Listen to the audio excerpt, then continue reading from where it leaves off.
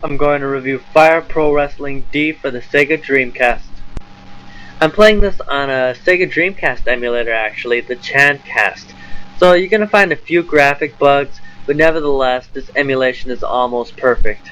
So one thing I'm going to highly recommend if you play this game, go online and get the translation guide for this. It's really just a simple text document that reads all this crap to you so you can just find your way through these menus. Now, even without the guide, I can still pretty much get my way around the game pretty well, but it's nice to know all the settings. As you can see, this game has a ton of characters. They even just got characters from all federations. I mean, you're going to find ECW wrestlers in here, WWF. I think this was around the same time WCW was dying, so all those wrestlers are in here too. This game also has a ton of secret characters, just not in the video. I mean, there's Shawn Michaels, Jeff Hardy, Tommy Dreamer, just a huge cast of wrestlers. So you might be looking at this game and thinking, for Sega Dreamcast, these aren't the most impressive graphics in the world. In fact, the N64 can probably pull this off. But one thing you'll find in this game that you won't find in any other wrestling game is some goddamn balls. On the corners there, you're going to find wood wrapped in barbed wire, and outside the ring, there's barbed wire all around. So getting to the game a bit, this is really just one of the greatest wrestling experiences you're going to find. This is easily one of the best games ever put on the Dreamcast. It's a real shame it never made it to America. Frankly, I just do not get it. These Fire Pro Wrestling games are just some of the best wrestling games ever made. I could really give two shits about games like SmackDown 2007. I don't care if they have advanced graphics, tables, I don't know, ladders, and ripping off broads' clothes.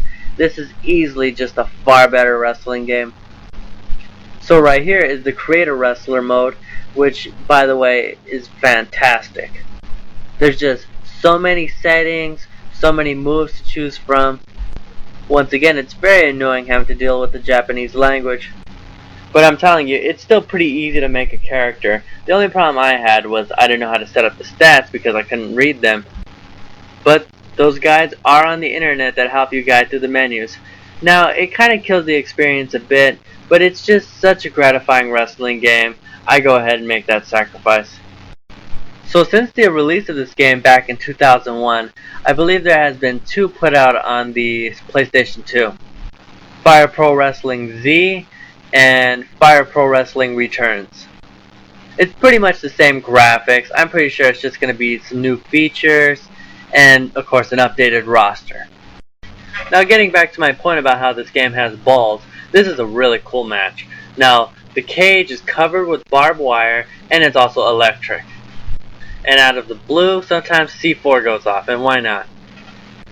Sometimes this shit's kind of ridiculous, but this is Japanese wrestling. It's just extreme, and they really captured it very well. Now, if you saw my review on Fire Pro Wrestling X, as I said with that one, there are just so many moves in this game, just so much replay value. This is just a great game all around. If there's anything more fun than chokeslamming Sting in the barbed wire, I don't know what it is. So if you want my 2 cents, go ahead, look for this game. If you're a wrestling fan, just go on the internet, look for this game. I don't know, buy it if you have to. It's compatible with the Chancast emulator. It's compatible with the Null DC emulator. Hell, you can play it on the Dreamcast. This is just a game really worth picking up. Also, take a look for those PlayStation 2 games. They're going to be just as great. Frankly, one thing I would really love to see is perhaps one of these games put on the Xbox Live. If I could just play this game online, create a character, I just couldn't imagine having more fun with a video game. And of course, if you just don't feel like going as far as buying one of the more advanced ones, just get the Super Nintendo version, Super Fire Pro Wrestling X Premium. I also did a review on that. It's also an awesome game. Not quite as gratifying as this. This is later and greater, but that is also a great game. You know, this is probably the only game you can have 8 wrestlers going at it and it's not annoying. Now, it's a little hard to pull off things sometimes, but if you ever play any other wrestling games where you have to turn push a button to look at other people, you're getting grabbed from behind. It's just an annoying experience. This actually makes it fun, and including you have all the barbed wire and the weapons. There's just so much going on. It's just ridiculous how much fun this game is. Makes me mad how much fun this game is. Frankly, I'm just out of shit to say. This is one of the best games ever made. It makes me ecstatic. I'm just glad to be looking at it. It's just an amazing game to me.